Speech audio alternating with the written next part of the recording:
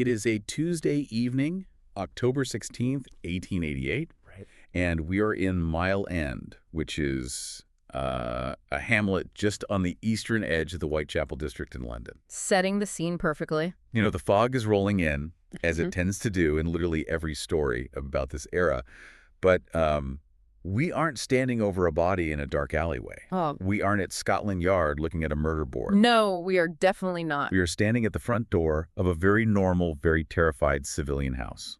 And that's the thing that always gets me about this specific moment in history. We tend to mythologize the Ripper case as this grand Gothic opera. Right, the gaslights and the cobblestone. Exactly.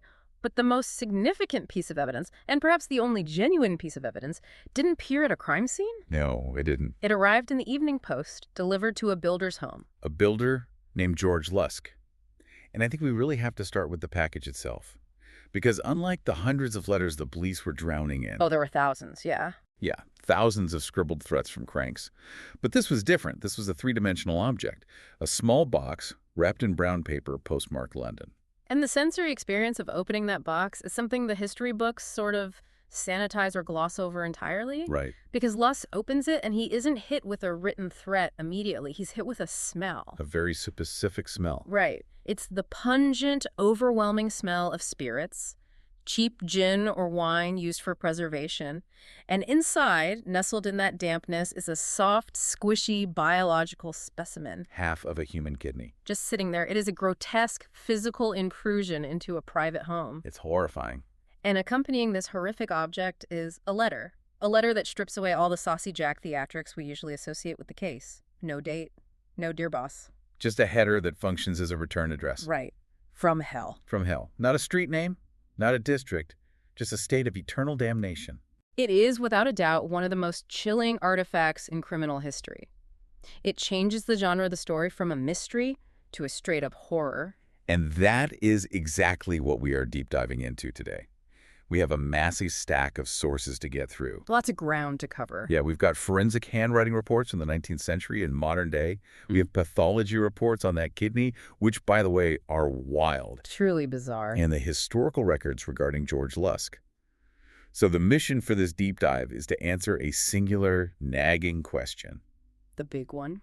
In a sea of thousands of fake Ripper letters, why is this the one that experts just cannot dismiss? It's the outlier. That's the best way to frame it. If you look at the Dear Boss letter or the Saucy Jacky postcard, they feel like they were written for an audience. Yeah, they're highly performative. Exactly. The From Hell letter, it feels private. It feels like a genuine transmission from a completely disordered mind. So let's contextualize the terror before we analyze the handwriting. We can't really understand the impact of this box without looking at the calendar. The timeline is crucial here. Mid-October, 1888. This is what historians call the Autumn of Terror. Right. By mid-October, the Whitechapel murders aren't just local news anymore. They are a global panic. The whole world is watching. Yes. You had Marianne Nichols murdered at the end of August, which started the whispers. Then Annie Chapman in early September. But then things escalated. Drastically. You had the double event on September 30th. The double event. Elizabeth Stride and Catherine Eddowes. 2 women killed within an hour of each other. And that night changed everything. Before the double event, the police, and the public for that matter, thought they were dealing with a gang. Right, the high rip gangs. Yes, the high rip gangs of the East End were notorious for extortion and violence. So the early theories were that a group of men were doing this. It made sense at the time. It did. But after the double event, the ferocity and the specific mutilations made them realize they were hunting a lone, disorganized, highly violent predator. And the police force, the Metropolitan Police under Sir Charles Warren, was failing. Spectacularly. Just completely floundering. Warren is a fascinating character in this failure, actually. He was a military man, totally obsessed with order, drilling his men like soldiers. Which doesn't work for detective work. Not at all. He was completely unequipped for urban policing. He was destroying evidence like the famous Golston Street graffito because he was afraid of anti-Semitic riots. He wiped away writing on a wall near a crime scene. Exactly. And the public lost faith in him almost immediately. There was actually a scandal right before this letter arrived where the police tried to use bloodhounds to track the killer. Oh, the bloodhound story. Yeah, it turned into a total farce because the dogs got lost. So you have the public seeing the police running around with lost dogs while women are being butchered in the streets. It was a disaster. Which brings us directly to George Lusk. Because the From Hell letter wasn't sent to Warren. No. It wasn't sent to Inspector Aberline. It was sent to a civilian. Exactly. George Lusk was the chairman of the Whitechapel Vigilance Committee, and we should probably clarify what that was, because Vigilance Committee sounds a bit like a superhero team or a lynch mob. Yeah, in reality, it was basically a frantic neighborhood watch, wasn't it? Pretty much. It was local business owners, publicans, tradesmen, builders like Lusk.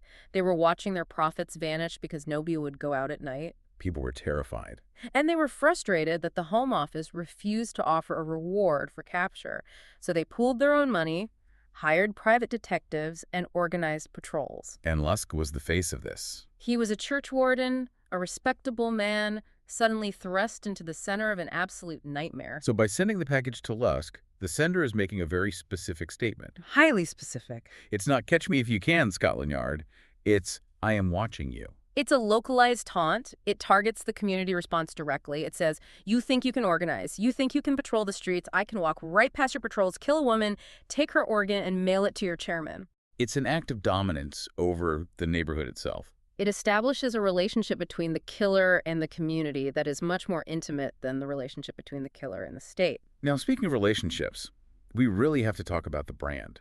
Because by the time Lusk gets this kidney, the name Jack the Ripper is already world famous. And this is where we have to separate the mythology from the reality. Right. The name Jack the Ripper comes from the Dear Boss letter, which was received by the Central News Agency in late September. Dear Boss, I keep on hearing the police have caught me, but they won't fix me just yet. It reads like a script. It reads exactly like a penny dreadful villain. And there is a very strong consensus among historians, and frankly, even among the police at the time, that Dear Boss was a complete hoax. Specifically, a journalistic hoax. The sources point to a journalist named Tom Bulling. Tom Bulling of the Central News Agency. The theory, which is backed by quite a bit of correspondence from police officials like Robert Anderson, is that the agency needed to keep the story alive to sell copy. To sell newspapers. Exactly. The Whitechapel Murderer is a boring name. Jack the Ripper. That's a brand that sells papers in New York and Paris.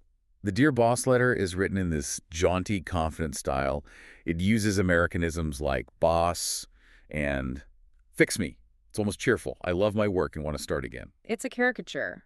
It creates the image of the gentleman killer, the top hat, the cape, the medical bag. The pop culture version. Right. It suggests a killer who is intelligent, literate, and playing a game. It frames the violence as work or art. Now let's contrast that with the text of the From Hell letter. When you look at the facsimile of this letter, and for you listening, try to visualize a piece of dirty, rough paper. The first thing that hits you is the visual chaos. It's a mess. Ink blots everywhere, cramped spacing. The handwriting slants downwards. Which graphologists, handwriting analysts often associate with depression, fatigue, or a deteriorating mental state. And the language is not jaunty. It's guttural. Let's look at the opening. Mr. Lusk, Sarah, S-O-R. Immediately, we are in a completely different linguistic world. Sore is a phonetic spelling that suggests a specific dialect, likely working class, possibly Irish. We will get to that later. But notice the lack of a date. Yes. The Dear Boss letter was dated. This just says from hell. It's not a location. It's a state of being. And then the body of the text. I'm going to read it exactly as it's written, mistakes and all. I send you half the kidney I took from one. Women preserved it for you, to the pieces it. I fried and ate it. It was very nice. That sentence changed the entire psychological profile of the killer. I fried and ate it. The Dear Boss writer talked about clipping ears. It was about mutilation as a signature. The From Hell writer talks about consumption, cannibalism. It's deeply disturbing. It moves the crime from a lust murder or a statement to something primal. It's an act of total possession. You don't just kill the victim, you consume them. And the spelling of nice, N-I-S-E. It's chilling because it feels almost childish. It's that exact juxtaposition of childish misspelling and horrific content that makes it feel so much more authentic than the polished Dear Boss. Right. A chaotic, disorganized killer wouldn't write in copperplate script. They would write like this. And the signature. Or rather, the lack of one. This is the smoking gun for me regarding the authorship debate. How so? Well, if you are the killer and you know the world is calling you Jack the Ripper and you want fame, you sign it Jack the Ripper. But he doesn't. He signs it. Catch me when you can, Mr. Lusk. Mr. Again, that phonetic sh sound. He doesn't care about the brand. He doesn't care about the nickname the papers invented. He is entirely focused on Lusk. It suggests the author of this letter is completely disconnected from the media narrative that Bulling and the others were spinning. So we have a letter that sounds authentic because it's messy, disturbing, and ignores the media hype. Mm-hmm. But words are wind, right? You can fake being illiterate. You can fake being creepy. True. People sent hoax letters claiming to be the killer all the time. But you can't easily fake a kidney. Yeah. And this is where the deep dive gets technical. We really need to look at the pathology of that specimen. The grim artifact itself. This is what separates this letter from the thousands of others. Lusk receives this box. He initially thinks it's a prank. He actually thought it was a dog's kidney, right? Yes, put there by some medical students. Which was a totally valid suspicion. Medical students in Victorian London were notorious for gallows humor, and they had easy access to organs. Right. Lusk wants to throw her right in the fire. He's disgusted. That would be too. But the Vigilance Committee members, men like Joseph Aarons and Harris, they stop him. They basically say, George, look, we have to be sure. So they take it to a doctor. They take it to a local doctor, Dr. Frederick Wiles, who's out. So his assistant examines it first. Then it goes to the heavy hitter, Dr. Thomas Openshaw at the London Hospital. He is the pathological curator. Exactly. And this is where history gets muddy, because the newspapers reported one thing and the medical records suggest another.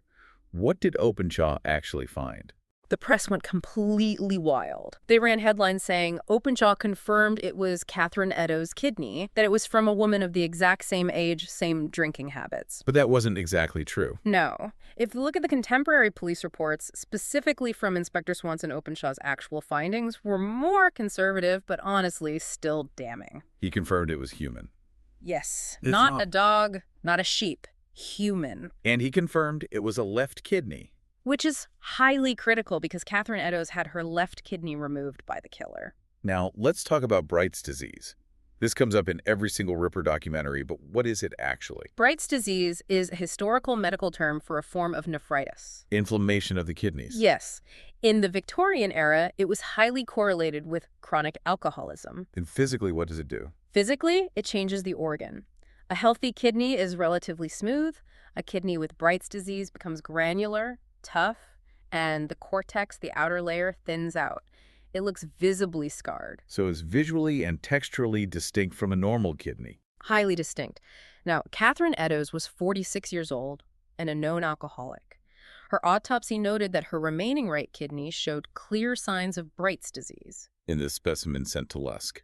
Reports do vary slightly, but the prevailing narrative in the investigation files, and certainly the firm belief of Major Smith of the city police at the time, is that the kidney sent to Lusk also showed signs of Bright's disease. So if we play devil's advocate for a second and say this is just a hoax, Okay. the hoaxer would have to, A, acquire a human kidney, B, ensure it's a left kidney. Right. C, ensure it's from a female, which Openshaw couldn't definitively prove but thought was likely. And D, ensure it has this specific alcoholic disease that matches the victim perfectly. The probabilities just start to collapse. It's possible medical museums had jars of diseased organs. A student could have picked a gin kidney on purpose. The timing. Exactly. 2 weeks after the murder. The preservation in spirits. It aligns too perfectly. Speaking of preservation, the letter says, preserved it for you. Openshaw noted the kidney was in spirits. But not just spirits. This is a detail that often gets completely missed. Openshaw noted that the kidney wasn't preserved in a standard medical preservative like formalin, It was in wine or gin. which heavily suggests it wasn't just pulled off a shelf in a medical school. Right, because if a medical student stole a specimen, it would likely be floating in formaldehyde or a similar medical compound. Exactly. This was preserved in hard liquor. That speaks to a killer acting in a domestic setting using whatever he had on hand. I fried and ate it. The very idea that he kept the other half for dinner implies he had the time and the privacy to actually do that. It implies a terrifying level of comfort with the atrocity, and it brings us right back to the writer's profile. Because if we accept the kidney is real, then the handwriting on that letter is the handwriting of the actual killer. And that handwriting has been analyzed by modern experts who found some very specific, very strange quirks. We're talking about the literacy versus deception debate. This is a huge area of contention among historians and linguists. When you first look at the letter, it looks illiterate. Right. Kidnan is missing the Y. Nif is missing the E. But linguists point out something called cognitive dissonance in the spelling. How so?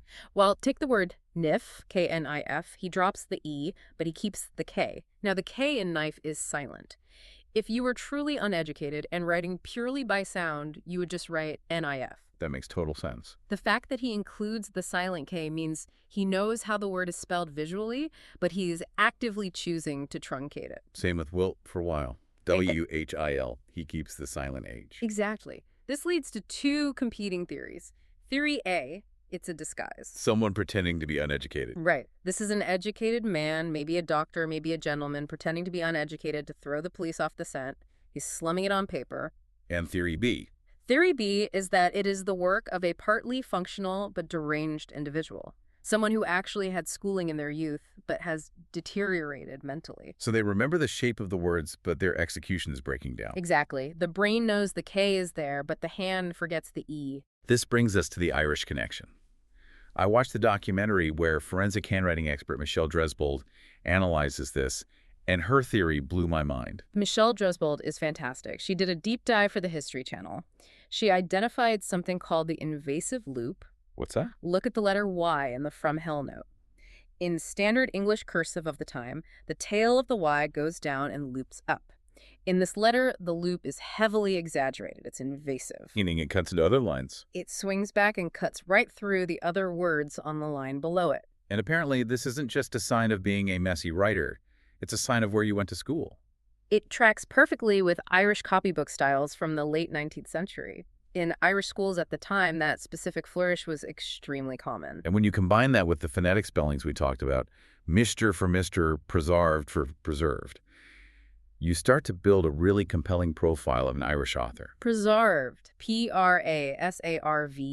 If you say that out loud with a broad Irish accent. It sounds exactly like preserved. Which leads us to the one suspect who actually fits this specific, bizarre Venn diagram, Francis Tumblety. Francis Tumblety. He is a real piece of work, to say the least. He was an American quack doctor, but he was of Irish descent. He was in London during the murders, and he was actually arrested on suspicion of the crimes. He wasn't just a random suspect swept up in a dragnet, though. He had a very specific psychological fixation. He absolutely hated women. We have historical testimony that he would go into wild tirades at dinner parties about the sinfulness of women. But more importantly, embrace yourself for this, he collected uteri. He collected body parts. He kept a collection of preserved female reproductive organs in jars. He showed them to guests. He was actively proud of them. Okay, so let's track this. Yeah. We have a guy who collects female organs, hates women, is in Whitechapel, and is Irish-American. And we have a letter written in an Irish dialect sent with a female organ. It's the strongest circumstantial chain we have for any suspect regarding the Lusk letter specifically. Tumblety fled the country shortly after being released on bail. He went to France, right? He went to France, then sneaked back to the States. And the murder stopped. But here's the kicker regarding Tumblety and the handwriting. If Tumblety wrote the From Hell letter, he definitely didn't write Dear Boss. They are completely mutually exclusive. The handwriting is fundamentally different. So if Tumblety is the Ripper, then Jack the Ripper doesn't exist. Jack is the fiction. Yes, Jack is a literary invention. The From Hell cannibal is the reality. It's a bifurcated reality. We have the media monster, and we have the actual man. And there is one witness account that ties into this Tumblety theory perfectly. The Emily Marsh incident. This is a detail that often gets left out of the general summaries, but it's vital to the story. This happened the day before Lusk received the kidney. October 15th. October 15th. Emily Marsh is running a shop on the Mile End Road. Which is in the exact same area the letter was postmarked from. Right. A man walks in. He's tall, about 6 foot. He's wearing a long clerical-style coat. He has a dark beard. And this matches the description of Francis Tumblety. It matches him perfectly. Tumblety was known for dressing flamboyantly and was very tall for the era. And he speaks with an Irish accent. And he asks her, very specifically, for the home address of Mr. George Lusk. Marsh gives it to him. He writes it down in a little notebook, and he leaves abruptly. It's chilling. It suggests the killer was actively hunting Lusk, not to kill him, but to deliver the message. He was scouting the location to make sure the package arrived properly. It turns the From Hell letter from just a random piece of mail into the climax of a stalking event. But playing devil's advocate here, Lusk was a public figure by this point. His name was in the papers constantly. That's entirely true. Lusk was receiving dozens of threats. This Irish man in the shop could have been anyone. It could have been a crank who read about Lusk in the Star or the Telegraph. Right. But when you layer it with the Tumblety suspect profile, the preserved spelling, and the physical kidney, the Emily Marsh sighting feels like a piece of the puzzle that fits just a little too well to ignore. It's tantalizing. It puts a face to the sender. A tall man in a long coat, speaking with an Irish lilt, clutching a notebook. And likely clutching a box with a kidney in it. That is a horrifying image. Speaking of things we can't be sure of, or rather things we are very sure are fake, we have to mention the Maybrick diary briefly. Because I feel like whenever the From Hell letter comes up, people mention this diary. The Diary of Jack the Ripper. This surfaced in the 1990s. It was allegedly written by a Liverpool cotton merchant named James Maybrick.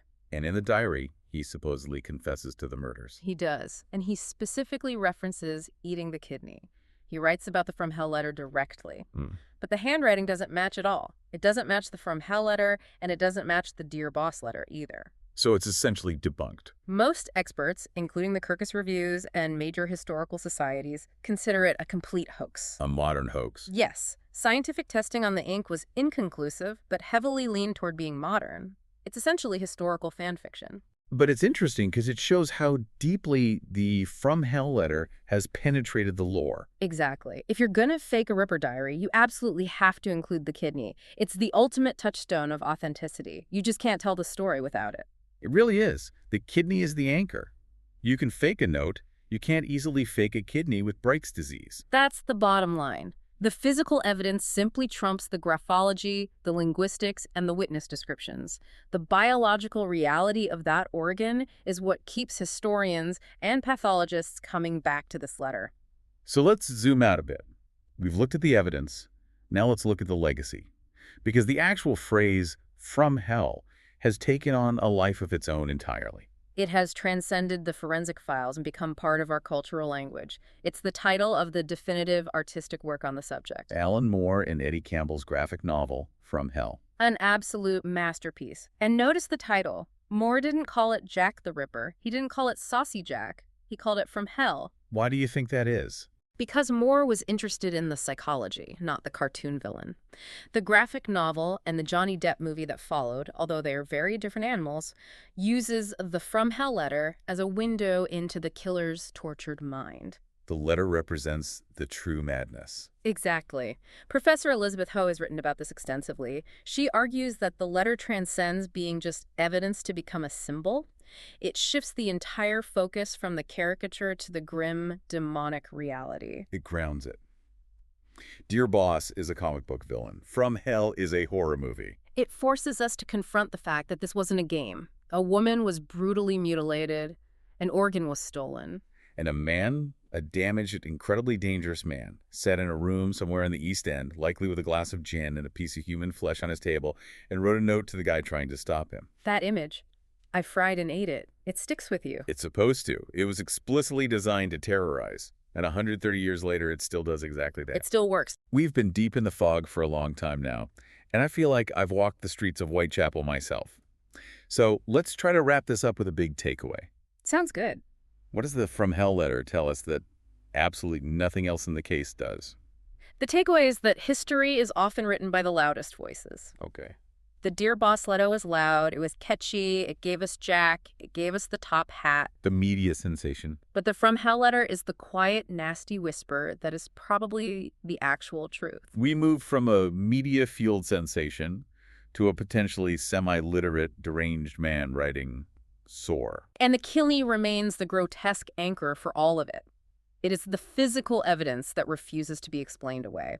You can argue about handwriting until you're blue in the face, but you can't argue with a kidney exhibiting Bright's disease delivered 2 weeks after a murder. It's the one tangible thing that keeps the From Hell letter from being thrown into the hoax pile with the other 1,000 letters. Precisely. It demands to be taken seriously. So here's the final thought I want to leave everyone with. And for you listening, it's a bit of a mind bender. Go for it. We all have this image of Jack the Ripper, the cape, the top hat, The medical bag, the sophisticated gentleman stalking the slums. That image comes largely from the Dear Boss letter and the massive media frenzy it created. Right. That is the cultural icon we've built. But if the From Hell letter is the only real one, and the Dear Boss letter was just a journalist's invention, then does that mean Jack the Ripper never actually existed? That is the lingering question. I mean, the murders definitely happened. The killer existed. But the character, the Jack we think we know. He might just be an illusion. Maybe he was just a ghost story created to sell newspapers, while the real butcher, the man who couldn't spell knife, the man who signed himself Sore, the man who ate a human kidney, was watching from the shadows, laughing at us for chasing a phantom. That is a terrifying thought, and probably the most accurate one we have. We spent a century hunting a gentleman when we should have been hunting a cannibal. On that cheerful note, thank you for joining us on this deep dive. Always a pleasure. We'll see you next time. Stay curious.